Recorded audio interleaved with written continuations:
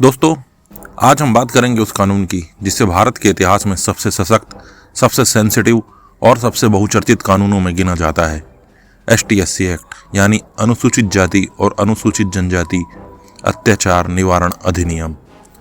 अब अगर कोई इस कानून का नाम सुन ले तो एक तरफ उसे लगता है कि यह देश के दलित, वंचित और पिछड़े वर्गों की रक्षा के लिए बनाया गया है, जो बिल्कुल सही है। लेकिन दूसरी तरफ आज देश में बहुत सारे लोग ये भी कहने लगे हैं कि इस कानून का इस्तेमाल अब कई जगह दुरुपयोग के रूप में होने लगा है और कुछ लोगों ने तो इसे एक तरह का डर या ब्लैकमेल का औजार बना लिया है।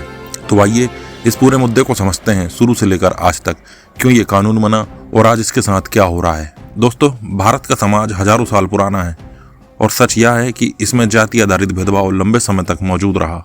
खासतौर पर मुगल और अंग्रेजों के समय में कुछ वर्गों को अछूत कहा गया, उन्हें समाज से अलग रखा गया। ना तो उन्हें मंदिरों में जाने की आज़ादी थी, न शिक्षा की, न सम्मान की।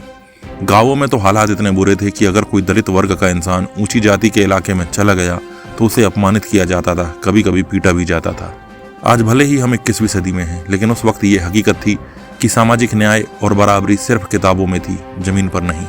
इसी अन्याय को खत्म करने के लिए भारत के संविधान में कुछ विशेष प्रावधान रखे गए ताकि अनुसूचित जाति और जनजातियों को समान अवसर मिले और उनके साथ कोई अत्याचार हो तो उसे सजा दी जा सके।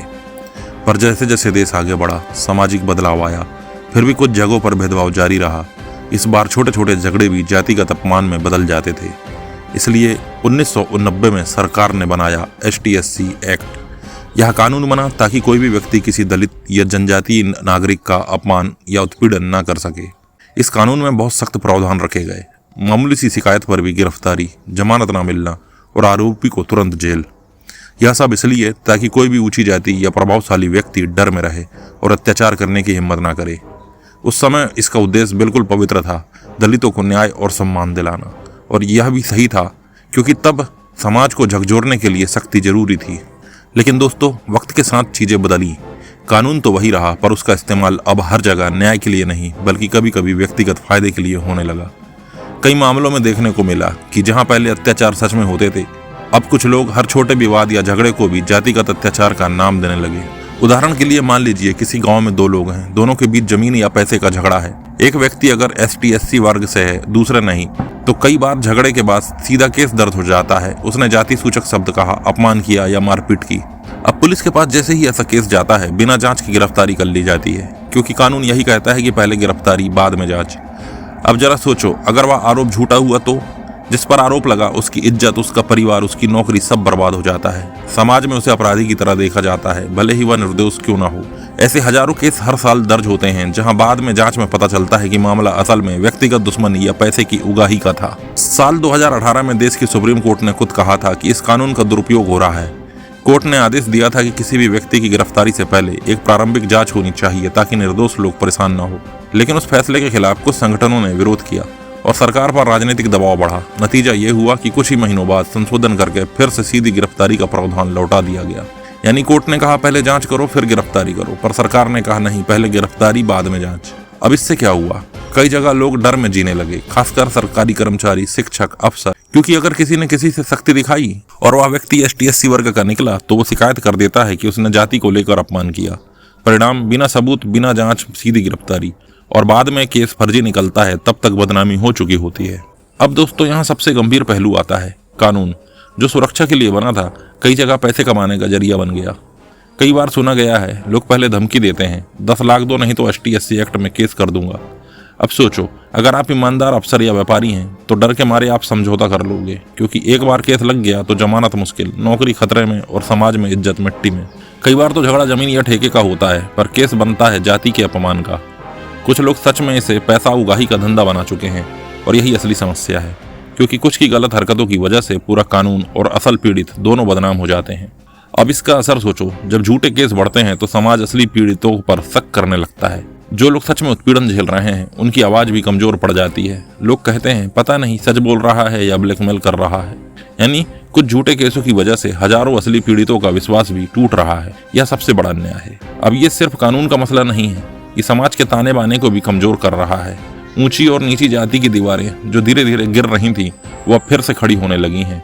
कई लोग अब सोचते हैं कहीं कुछ कहा तो केस न लग जाए, इस डर ने बातचीत और मेलजेल को भी कम कर दिया है। गांवों में तो हालात और ख़राब हैं। कई लोग अब ST/SC वर्ग के लोगों से किसी विवाद में पड़ने से बचते हैं, चाहे वो सही हो या गलत, बस इसलिए कि कानून लग जाएगा। और यह डर एकता नहीं, दूरी पैदा करता है। जब डर बढ़ता है तो समाज टूटता है, और यही चिंता की बात है। दोस्तों, अगर किसी कानून का सही इस्तेमाल ना हो तो वह कानून समाज को जोड़ने के बजाय तोड़ देता है। ST/SC एक्ट का भी हाल ऐसा ही है। यह जब बना था तब लोगों ने राहत की सांस ली थी, सोचा था कि अब दलित और आदिवासी वर्ग को न्याय मिलेगा। लेकिन हकीकत यह है, हजारों निर्दोष लोग भी उस कानून के शिकार बन चुके हैं जिनका मकसद अत्याचार को रोकना था। अब सवाल यह है, क्या सच में झूठे केस इतने ज़्यादा हैं? क्या आंकड़े भी यही कहते हैं? और अगर हाँ, तो इसका समाज पर क्या असर हो रहा है? अब मैं आपको एक एक करके समझाता हूँ। भारत सरकार की NCRB यानी राष्ट्रीय अपराध रिकॉर्ड ब्यूरो की रिपोर्ट हर साल बताती है कि देश में ST/SC एक्ट के तहत कितने केस दर्ज हुए और उनमें से कितने साबित हुए। अब जरा ध्यान से सुनो। 2023 की एक रिपोर्ट के मुताबिक इस एक्ट के तहत करीबन 57,000 से ज़्यादा केस दर्ज हुए, लेकिन इनमें से लगभग 35 से 40% केस जाँच में झूठे या फर्जी पाए गए। यानी हर 10 में से 4 केस ऐसे थे जो असली नहीं थे, जो या तो दुश्मनी निकालने के लिए दर्ज कराए गए थे या किसी निजी फायदे के लिए। और यह केवल आंकड़ा नहीं है, यह हजारों लोगों की बर्बाद जिंदगियों की गिनती है। जब कोई झूठा केस दर्ज होता है तो नुकसान सिर्फ आरोपी का नहीं होता, नुकसान उस पूरे सिस्टम का होता है। पहला, पुलिस पर बोझ बढ़ता है, वो जांच में महीनों फंसी रहती है, जबकि असली केस पेंडिंग रह जाते हैं। दूसरा, अदालतों का समय बर्बाद होता है, क्योंकि हर केस को साबित करने के लिए सबूत, गवाह और वकील सब चाहिए। और तीसरा, असली पीड़ितों की आवाज़ दब जाती है, क्योंकि जब झूठे केस ज़्यादा होने लगते हैं तो लोग हर शिकायत पर शक करने लगते हैं। और यह सबसे खतरनाक स्थिति होती है जब सच बोलने वाला भी झूठा लगने लगे। अब बात करते हैं कि झूठे केस बनते कैसे हैं, क्योंकि यह कोई एक पैटर्न नहीं, कई तरह से होता है। गाँव में जमीन का मामला बहुत संवेदनशील होता है। अक्सर दो लोगों के बीच जमीन की सीमा रेखा या हिस्से का झगड़ा होता है, लेकिन एक पक्ष अनुसूचित जाति या जनजाति से है तो दूसरे पक्ष पर सीधे ST/SC एक्ट में केस लगा दिया जाता है। जाति सूचक शब्द कहे, मारपीट की, अपमान किया, अब साबित करो कि तुमने कुछ नहीं कहा। कई बार ये केस सालों तक चलते हैं, जबकि असल में यह महज जमीन की लड़ाई होती है, ना कि जाति अत्याचार। सरकारी दफ्तरों में या प्राइवेट कंपनियों में अगर कोई अधिकारी सख्ती से काम करवाता है या किसी की गलती पर नोटिस देता है तो कभी कभी उस पर जाति भेदभाव का आरोप लगा दिया जाता है।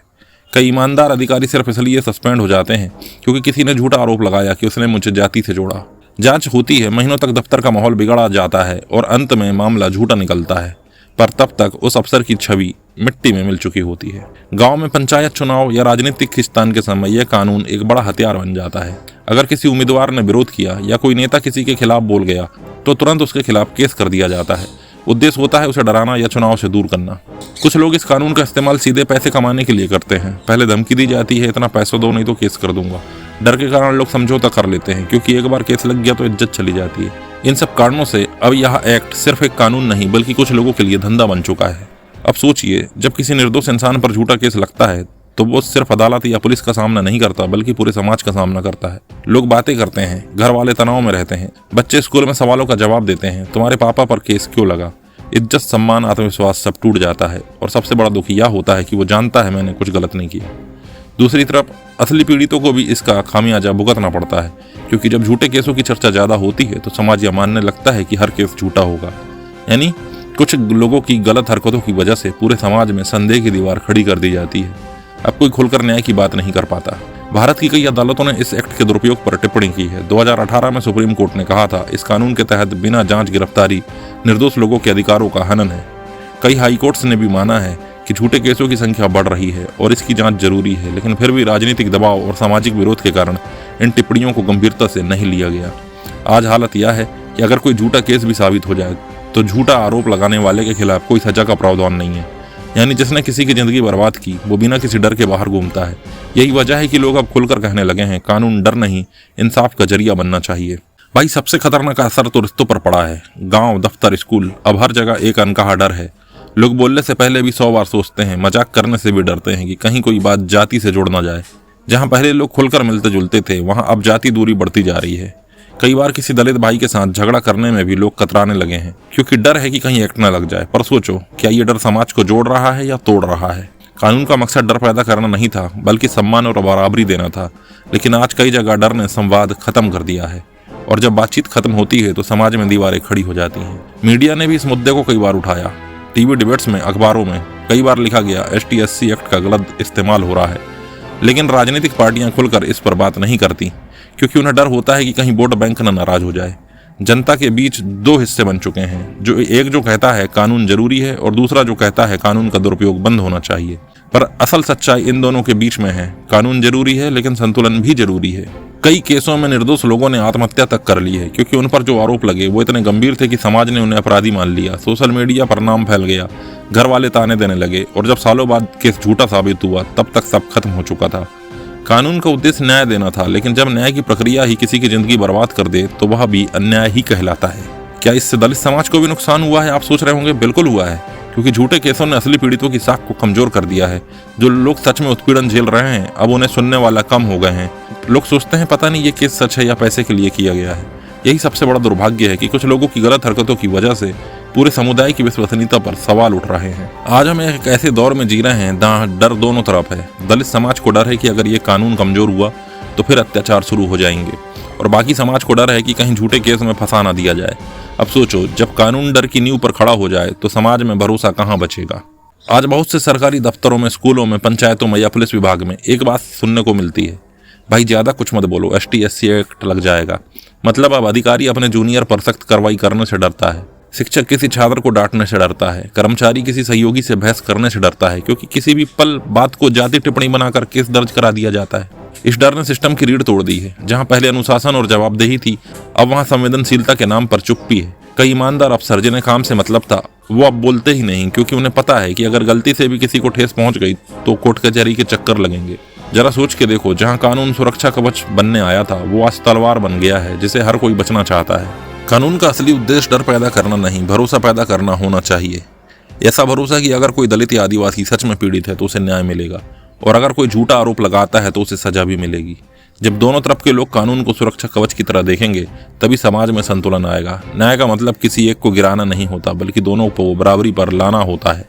भाई, कानून बुरा नहीं होता, उसका इस्तेमाल कैसे होता है यह असली मुद्दा है। ST/SC एक्ट ने लाखों पीड़ितों को न्याय दिलाया है, पर साथ ही हजारों निर्दोषों को भी झूठे केसों की वजह से अपनी जिंदगी की कीमत चुकानी पड़ी है। अब वक्त है कि हम कानून के डर से आगे बढ़ें और कानून पर भरोसे की ओर जाएं, क्योंकि देश तभी आगे बढ़ेगा जब हर नागरिक, चाहे वो किसी भी जाति का हो, कानून के सामने बराबर खड़ा हो सके।